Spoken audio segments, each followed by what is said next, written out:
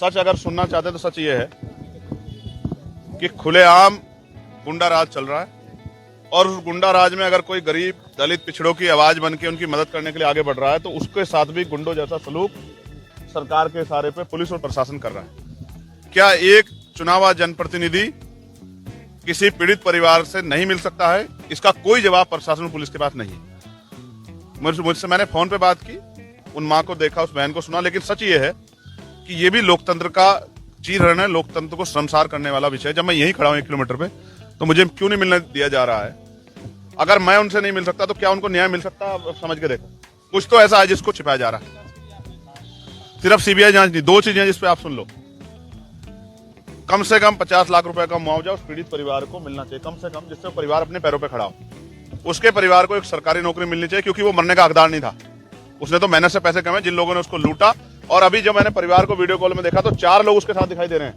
तो जब तक इस घटना की, इसको दूध का दूध पानी का पानी करने के लिए सीबीआई जांच नहीं होगी, तब तक पता नहीं लगेगा। और मैं आपके माध्यम से कहना चाह रहा हूं, चाहे मेरठ की घटना हो या मुजफ्फरनगर की, ये दोनों घटनाएं, इन दोनों घटनाओं में जिस तरह का व्यवहार पुलिस का, प्रशासन का आम जनता के प्रति रहा है, उससे मैं ये मानता हूं कि ऐसी स्थिति में न्याय नहीं होगा। हम जल्द अपने साथियों से बात करके कमजोर वर्गों की पंचायत जो है वो चाहे मुजफ्फरनगर में करें या मेरठ में करें, जब तक हमारी मांगे पूरी नहीं होगी हम उस पंचायत को चलाएंगे। ये पंचायत इसलिए होगी क्योंकि अगर वो हमें हमारे परिवार से नहीं मिलने देंगे तो हम अपने परिवारों को खुद अपने साथ बिठाकर उनके न्याय की लड़ाई को लड़ेंगे।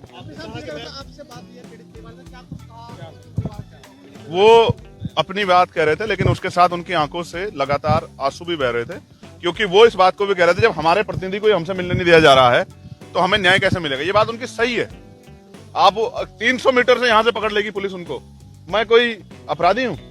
8-10 मर्डर कश्यप समाज के हो चुके हैं, 8-10 मर्डर आज तक सरकार ने। क्या वीडियो कॉल पे बात करना, क्या वो किसी दूसरे देश में जो वीडियो कॉल बात करवानी पड़ रही है? ये सरासर जो है लोकतंत्र की हत्या है और ये सरासर किसी चीज को किसी छिपाने का, उसको किसी दूसरी तरफ मोड़ने का प्रयास है। उनको पता है मैं जाऊंगा तो क्या होगा, जब मैं अपनी बहन का हाथ पकड़ूंगा तो उनको संबल प्रदान होगा, उनको हिम्मत प्रदान होगी। और वो जो बात फोन पे नहीं बता पाती क्योंकि पुलिस के अधिकारी शायद वो मुझसे बता पाती। देखिए, मैं ये कह रहा हूं, आप मुझे मेरठ जाने से रोक रहे हैं, आप मुझे सोनू कश्यप के परिवार से मिलने से रोक रहे हैं, जो मेरा ही परिवार है। जब आप मुझे कहीं जाने नहीं दे रहे हैं और मैं लोगों की आवाज उठा रहा हूं, तो आप एक रास्ता है कि आप इस आवाज को परमानेंट के लिए बंद कर दो। इसलिए मैंने कहा कि सरकार को चाहिए कि वो मुझे गोली मार के मेरी हत्या कर दे। जब मैं ही नहीं रहूंगा, मैं जब तक रहूंगा मैं तो लड़ता रहूंगा। चाहे बुढ़ाने में आप जुल्म करोगे तो भी लड़ूंगा। जब आप यहाँ कश्यप समाज के 7-8 लोगों के मर्डर होंगे तो भी मैं लड़ूंगा। जब यहाँ कपसाड़ जैसी घटना होगी, जब हमारी माँ को मारा जाएगा तो भी मैं लड़ूंगा। तो एक ही तरीका है ना, अगर आप न्याय नहीं देना चाहते तो मेरी हत्या कर दो, आसान ये है। मैं जब तक जिंदा रहूंगा मैं तो लड़ता रहूंगा। तो आप मेरी हत्या कर दो, आपकी बहुत सारी मुसीबतें कम हो जाएंगी। या फिर आप मुख्यमंत्री जी से मैं कह रहा हूं वो इस अन्याय को खत्म करें। अगर वो अन्याय को खत्म नहीं कर सकते तो उनको कोई अधिकार नहीं ये कहने का कि हमारे प्रदेश में कानून का राज है। जिद्दी का मतलब ये है कि मैं कानून की मर्यादा का पालन करता हूं। और पुलिस के लोग कह रहे हैं कि वहां लॉ एंड ऑर्डर डिस्टर्ब हो जाएगा, तो हो सकता है रात को फिर आपसे मुलाकात हो। इस बार मुलाकात हो सकता है मोटरसाइकिल से हो या ऑटो से हो, किसी भी चीज से हो। मैं अपने परिवार से मिलूंगा तो जरूर, ये बात ध्यान रखना। हम महापंचायत करेंगे, आपको कोई परिवार से तो मिलने नहीं दिया जाएगा, महापंचायत का रोक नहीं लगा। अब मैं फिर कह रहा हूँ, करो, आएगा ना पूरा समाज आएगा। आज तुम्हें बिना बताया है ना, पूरा समाज आएगा। देखो, मैं संवैधानिक आदमी हूँ। आप न्यायप्रिय किसी बात पे रोकोगे मैं खुद रुक जाऊंगा, लेकिन आप डंडे के जोर पे रोकोगे, गोली के जोर पे, तो इतनी तो हिम्मत नहीं है।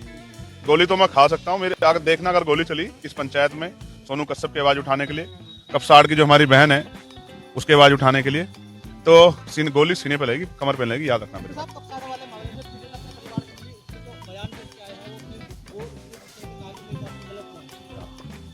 ये उन सब लोगों के मुंह पे एक जोरदार तमाचा है जिसने पिछले 3-4 दिनों से उस बेटी का चरित्र हनन किया है, उस परिवार को गलत साबित करने का काम किया, जो तमाशा कर रहे थे, बड़े बड़े मंचों पे बड़े भाषण दे रहे थे। मैं एक बात बता रहा हूँ, ये गरीब समाज बड़ा भावुक समाज होता है। ये अगर इसने मन में ठान ली ना और अपने साथ जो अन्याय हो रहा है उसका बदला लेने की अपने मन में वो कर ली, तो बहुत सारे लोग बहुत सारे सदनों के दरवाजे नहीं देख पाएंगे, याद रखना मेरी बात को।